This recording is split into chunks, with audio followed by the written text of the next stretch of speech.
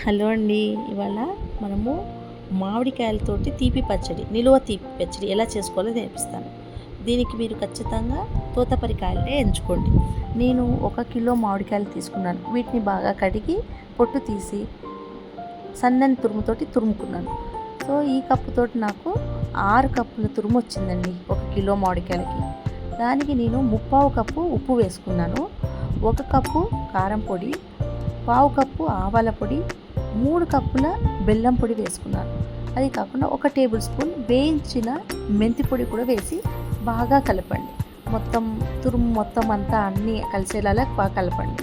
ఇది పక్కకు పెట్టేసుకొని ఒక చిన్న బాండీలో 1 కప్పు పల్లీల నూనె వేసుకొని అందులో 1 టేబుల్ స్పూన్ జీలకర్ర, 1 టేబుల్ స్పూన్ ఆవాలు, 1 టీ స్పూన్ పసుపు, 1 టీ స్పూన్ ఇంగువ వేసి పోపు రెడీ చేసుకోండి. ఇది చల్లారాక చేసి పెట్టుకున్న పచ్చడిలోకి కలుపుకోండి.